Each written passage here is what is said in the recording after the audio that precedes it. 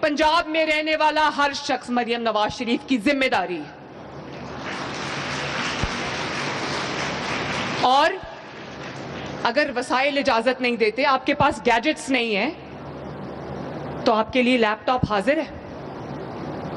آپ پڑھیں, آپ کو جس چیز کی ضرورت ہوگی, آپ کو آئی پیڈ چاہیے, آپ کو آئی پیڈ ملے گا, آپ کو لیپ ٹاپ چاہیے, آپ کو لیپ ٹاپ ملے گا, آپ کو اگر الیکٹرک بائک چاہیے تو آپ کو الیکٹرک بائک ملے گی انشاءاللہ تعالیٰ. اس سال ہم اسٹوڈنٹس کو 1 لاکھ الیکٹرک بائکس دینے جا رہے ہیں, فری.